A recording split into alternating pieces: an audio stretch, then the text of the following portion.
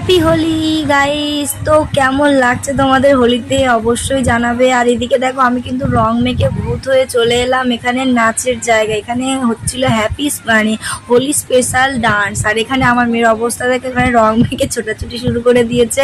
মুখটা ওর জাস্ট দেখো রঙে ভূত। আর একটা দিন তো বছরের, তো রং তো মাখতেই হবে। এদিকে দেখো আবারও ওকে রং মাখিয়ে দিচ্ছিল।